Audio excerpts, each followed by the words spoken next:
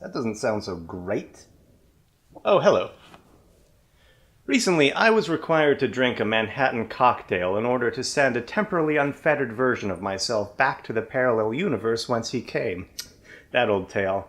Now look, there's nothing wrong with a Manhattan. It's smooth, it's just a touch fruity, and a little bit sweet. But this is springtime. I want something cold, crisp, clear, with some zing.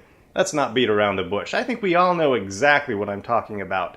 Tonight, we're making the cocktail of cocktails, the Martini. You'll need gin. You'll want to use good gin in your martini. You don't have to shell out big bucks, but don't skimp either. Prices and selection will vary depending on where you live. Here in the Midwest of the United States, there are plenty of excellent options in the $20 to $40 range. Hendrick's is excellent, but it's a little on the pricey side, which makes it a sometimes gin.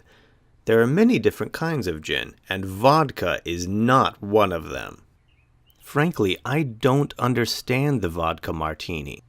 Vodka has many fine uses, but I don't consider a martini to be one of them. Look, people like what they like, and there's no accounting for taste.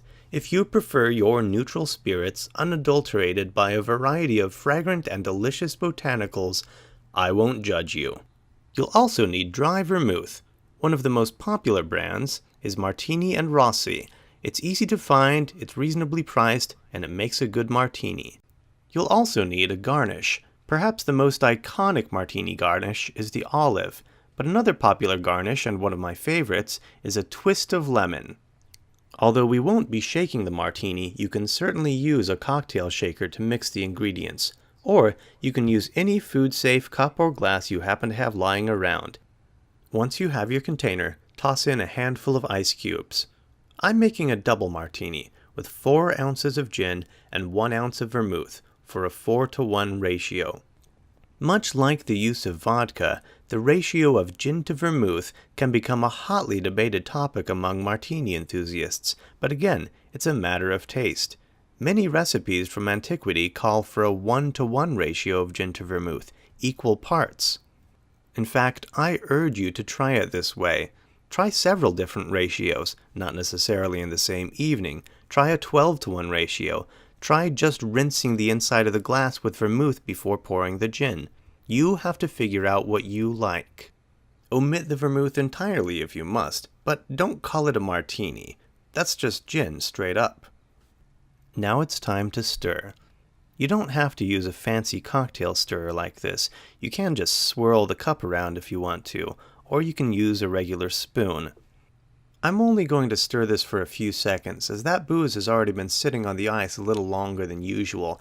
You want to mix and chill the ingredients without diluting them too much. Once you've done that, you can strain them into a chilled cocktail glass.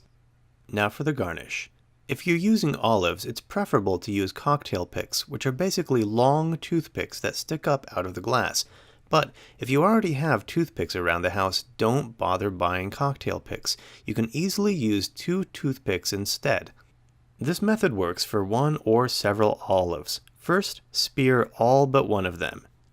Then, for the final olive, insert each toothpick halfway. You can also use this method for cocktail onions, which would make this a Gibson martini. Now you have a garnish that you can hold, manipulate, or remove from your drink without dipping your fingers in. There you have it, a cocktail so iconic its name has been appropriated for countless other drinks, such as the Appletini.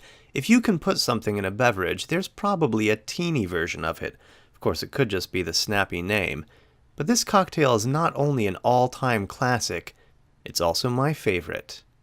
H.L. Mencken called the Martini the only American invention as perfect as the sonnet. E.B. White called it the elixir of quietude. Whatever you think about it and however you choose to make it, please drink responsibly and tune in next time for information on something else. Oh, this is just water with olives in it.